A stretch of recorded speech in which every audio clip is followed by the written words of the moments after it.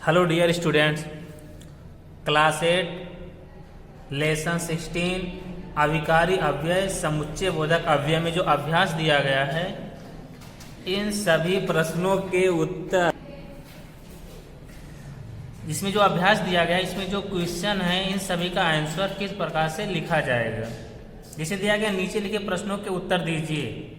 खंड का समुच्चय बोधक अव्यय किसे कहते हैं, इसका सभी को परिभाषा या डेफिनेशन लिखना है। ये कितने प्रकार के होते हैं उनके प्रकार लिखना है और उसके नाम लिख देना है।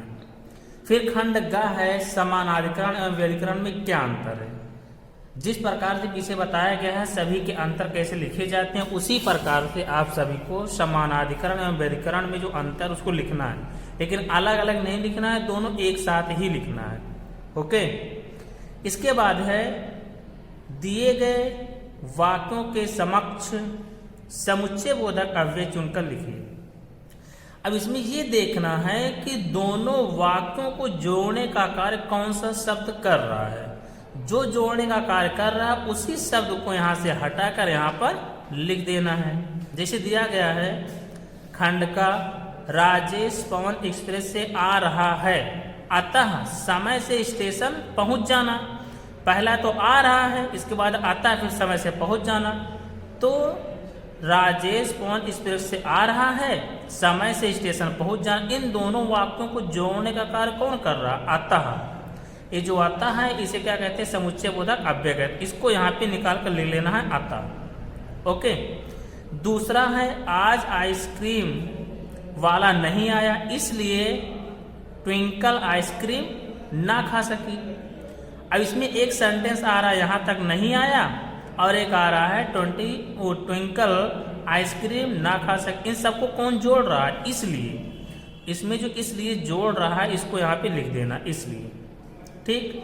ऐसे इसमें देखेंगे खंडगा में रमेश सुरेश और राकेश खेल रहे हैं, तो रमेश सुरेश राकेश खेल, इन सबको कौन जोड़ रहा, और जोड़ रहा, और यहाँ से यहाँ लिख देंगे। इसी प्रकार से सभी में करना। ओके।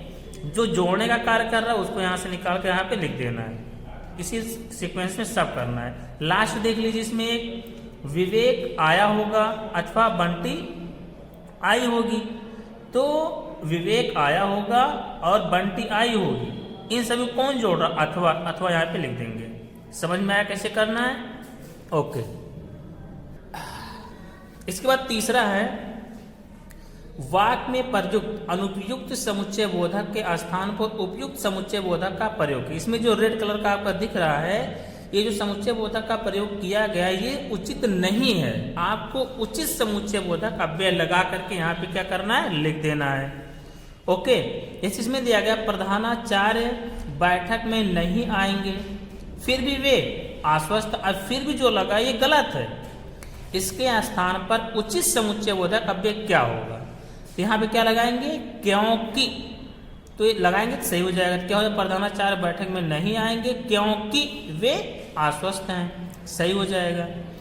फिर खंड खा देखेंगे अंधड़ समाप्त हुआ क्योंकि अब हम चलेंगे। अब क्योंकि यहां नहीं रहेगा, इसलिए रहेगा कि अंधड़ समाप्त हुआ इसलिए अब हम चलें। अंधड़ से अंधेरा जो होता है वो समाप्त हो गया, अब हम क्या करेंगे, आगे चलेंगे। फिर है राम श्याम या सुरेश चलेंगे। अब यहाँ पे या नहीं रहेगा, और लगेगा, तो क्या हो जाएगा, राम श्याम और सुरेश चले गए। इसमें होगा जैसे माया परीक्षा में नहीं बैठ सकी इसलिए कि वह बीमार पड़ गई। अब यहाँ पे इसको हटाकर हम क्या लगाएंगे, क्योंकि। तो क्या हो जाएगा, माया परीक्षा में नहीं बैठ सकी क्योंकि वह बीमार पड़ गई। बीमार पड़ गई तो कैसे बैठेगी।